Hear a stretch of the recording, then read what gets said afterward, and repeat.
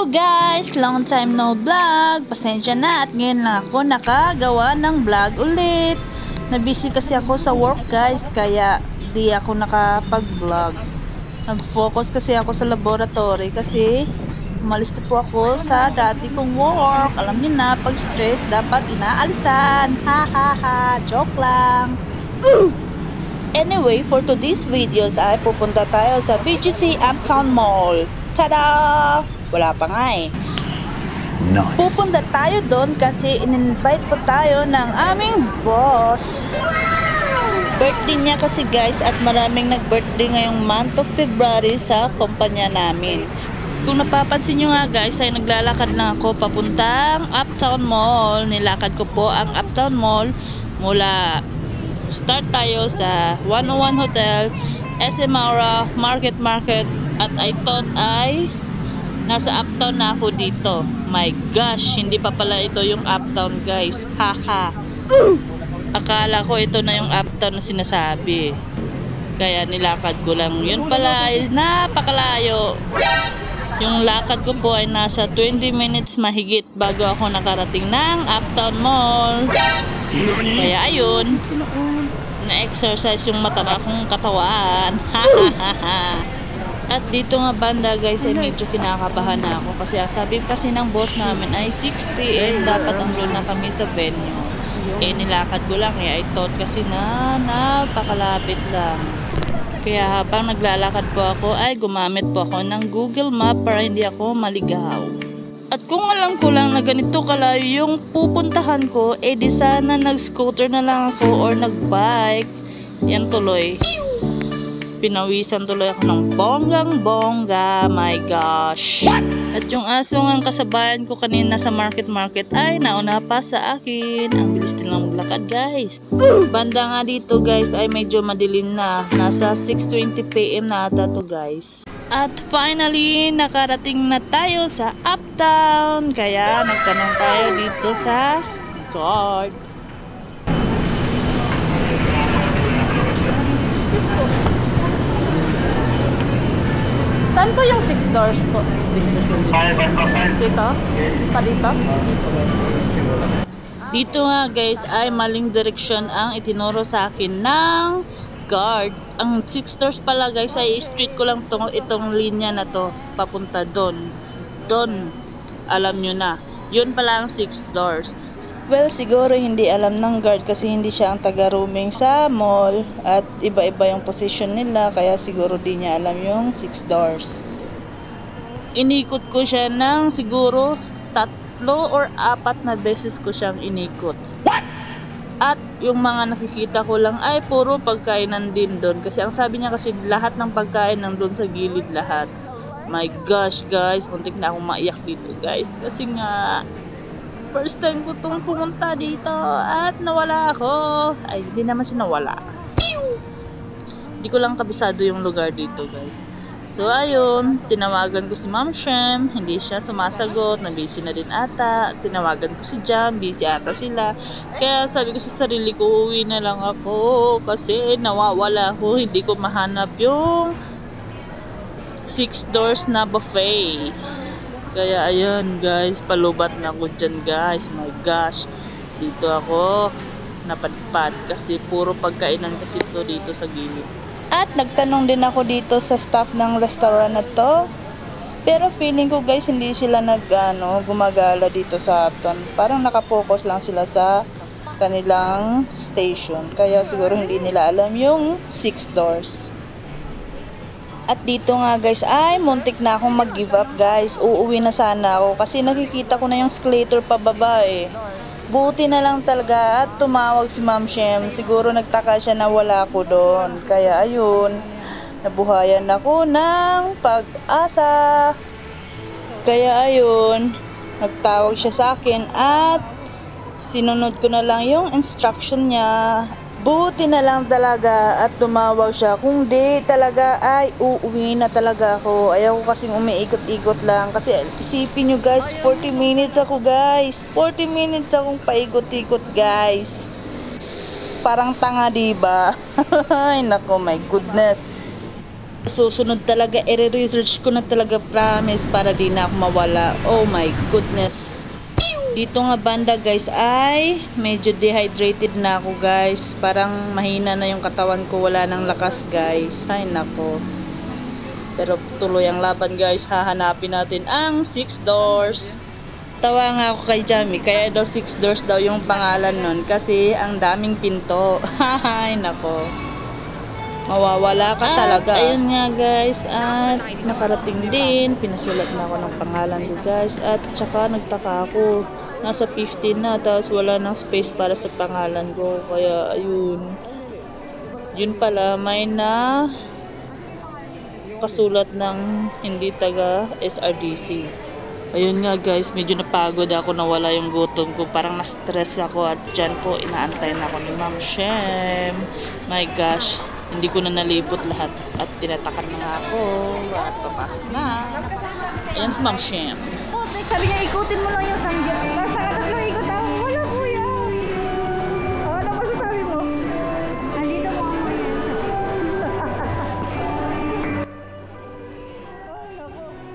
At mag-start na tayo guys. Tara, ikutin na natin tong mga pagkainan nila na buffet. Start tayo dito at naghanap ng upuan. Wala na akong maupuan guys. My gosh. Kaya doon na lang ako sa team laboratory guys. Puro lalaki doon eh. Sige, okay na lang. Mababait naman to. Ito pala yung boss namin guys. Yeah. That's Chernel. And this is Jam. Si Jam tapos nang kumain eh. Nag-hotpot na nga. Ayun, nakian na ako kasi wala akong upuan guys dito nilang. At dito nga banda guys, medyo hindi ko na alam yung gagawin ko kasi medyo napagod ako na gusto kong magpahinga kasi nga anong oras na ako nakarating guys, mga 8 na ata. At ayun guys, enjoy nyo na lang guys, maghahanap tayo ng mga pagkain. Medyo kukonti na lang yung mga food nila kasi anong oras na nga guys eh. At kung napapansin nyo nga guys, nakasama ko si Shem kasi na-recruit ko siya guys. Umalis na din siya doon kasi na-stress siya sa dati naming work. Wala lang, natuwa lang ako kasi magkasama pa rin kami. Ayun, buo pa rin yung team. Haha. Kahit malayo yung iba, may contact naman. Yung ibang kasamahan ko nga guys, gusto din mag-apply kaso wala na pong position. Sayang nga. Kaya nakikita-kita na lang kami pag may mga yayaan na banding, kainan, yun lang. At least buo pa rin yung friendship namin. Kung itatanong nyo guys ano yung issue sa dating kumpanya, ay naku, mag-apply na lang kayo dun para malaman nyo. No comment na lang dun guys. Ha. Ngayon kasi guys, habang tumatanda ako, pag na-stress ako guys, binibitawan ko kaagad yung mga bagay na nakakapag-stress sa akin. Kaya ganun na lang. Ayaw kong sumakit ng utak ko guys. Grabe. Pag sumakit kasi grabe ang sakit. Parang sasabog. Kaya pag na-stress ako guys, alam nyo na kaagad, bitaw kaagad sa mga bagay na hindi mo dapat inaaksayahan ng panahon. At dito nga guys, hindi ko masyadong na-enjoy yung mga foods kasi nga late ako, nahiya akong kumuha ng marami. Kaya ayun, nagjeta-jeta muna ako. Ayun guys, tinira ko na nga yung tempura. Kasi ito yung una kong kita. Ang dami ng foods guys at malilito ka talaga kung ano yung una mong titirahin. Ayun guys, sa dami nga ng pagkain guys ay di na na-organize yung mga pagkain sa plato ko. Kaya kung ano na lang yung nakita ko at saka feeling kong masarap ay yun na lang po ang kinukuha ko. Na-stress nga ako guys doon sa guard na mali-mali yung direction na binigay. Kaya ayun, parang nasayang yung 40 minutes ko doon sa labas. My goodness. Marami palang pagpipilian foods dito guys. Dito banda yung mga ini-steam po na pagkain. Like siopaw. May nakita ko ditong chicken feet. Tsaka siomai. Dito nga banda yung mga pagkain gusto ng mga bata. Like pasta and hotdog. Maraming ang food choices dito guys. Pwede kang magsangyup, hot pot steak, salad, at marami pang iba. May mga sushi din sila. Pero dito na tayo sa mga madaling kainin. Kung napapansin nyo nga guys, ay kukonti na lang yung ibang menu kasi nga anong oras na ng gabi. At saka late pa akong dumating, kaya siguro ayun. Pero ito guys, masarap tong chicken inasal. Dito nga guys ay pinuntahan ko na si Shem kasi wala pa akong ibang kitang pagkain na masarap sa aking mga mata. Ano na lang? Charing. Kung ano kinain mo? Kumain ka na kanina? Oo. Nalilito. Ay, yung kutsara. Condensed milk.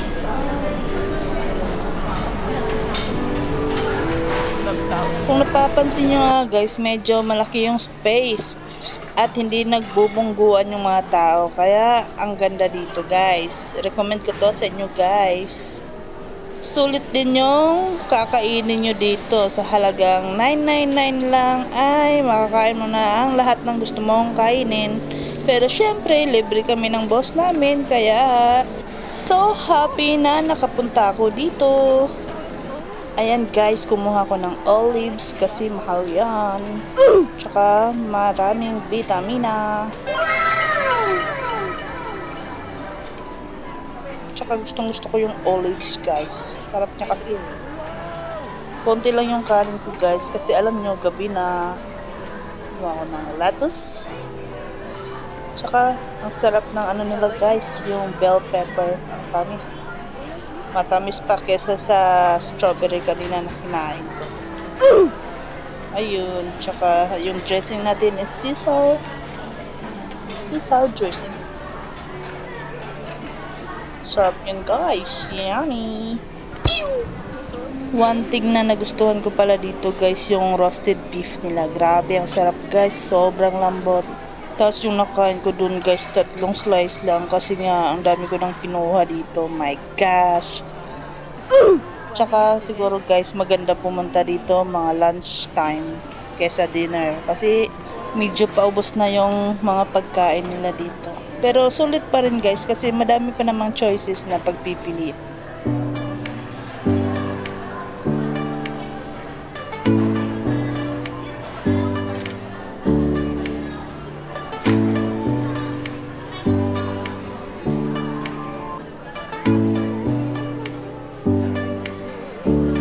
Ito na guys, yung roasted beef. Ito lang yung kinain ko guys, yung roasted beef.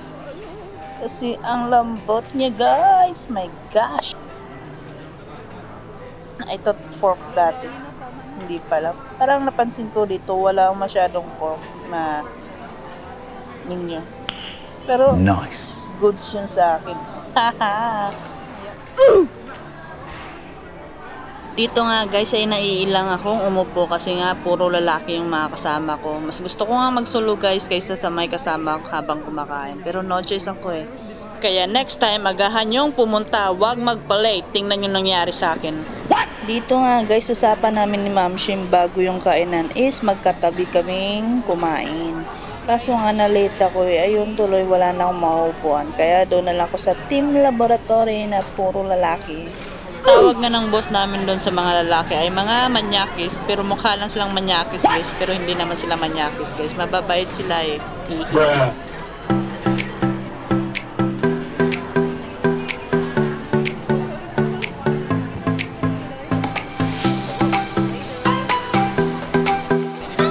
Ito nga yung food ko guys. After kong kumain guys ay nilibot ko yung mga foods. Kaya enjoy nyo na lang, tingnan nyo na lang kung ano yung mga gusto nyong tingnan. Baka next ay makapunta kayo, at least alam nyo na.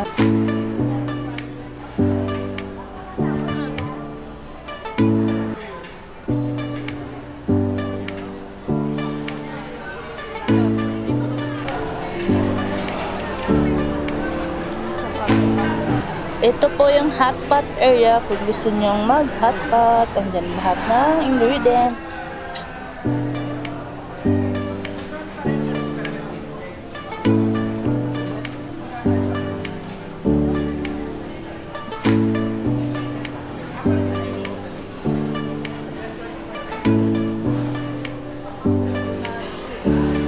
Ito nga banda guys ay medyo paubos na yung mga food dito, kaya kukonti na lang yung natira.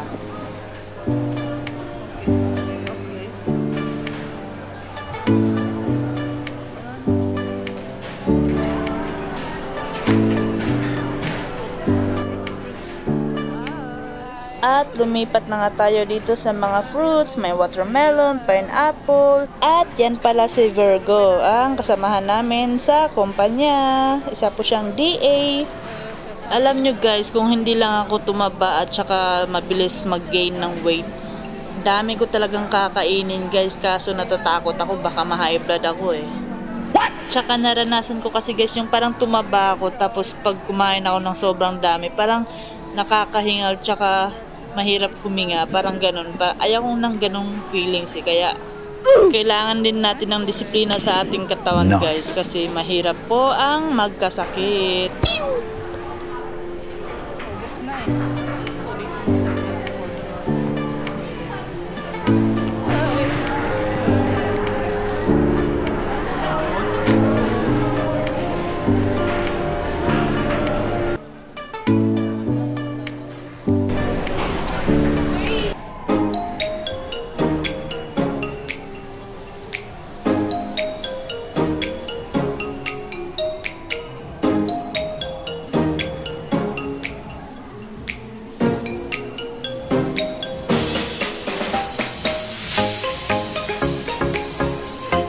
Ito nga banda guys ay ang seafoods. Kung gusto nyo magsangyup ng seafoods, ito po.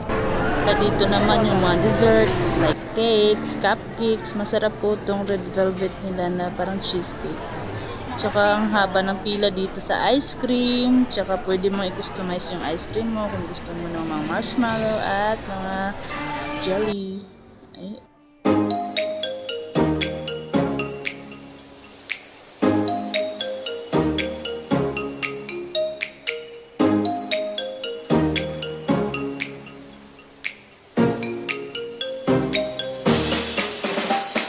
Banda dito naman po ay pwede kayong gumawa ng sarili nyong version ng halo-halo.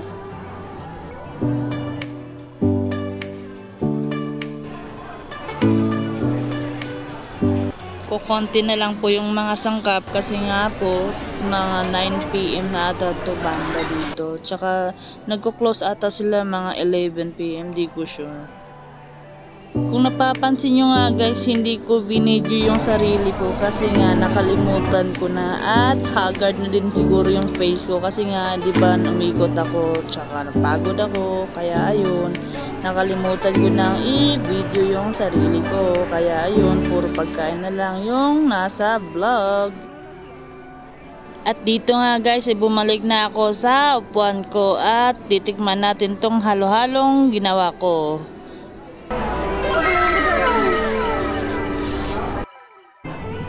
Yan nga pala si Jam, ang aming rider. Taga Cebu ko po yan siya, bandang Zamboanga. Kaya kababayan. Zamboanga del Norte ata siya banda. Basta doon sa Zamboanga. Ito namang isa si Lawrence Bago ata to, DA doon sa Rizal branch. At umuwi na nga kami ni Ma'am Shem kasi nga gabi na, mga 9 plus na ata, mag almost 10 na. Nagpaalam na kami kay sir at din na kami nakapag-video kasi nga nagmamadali kami.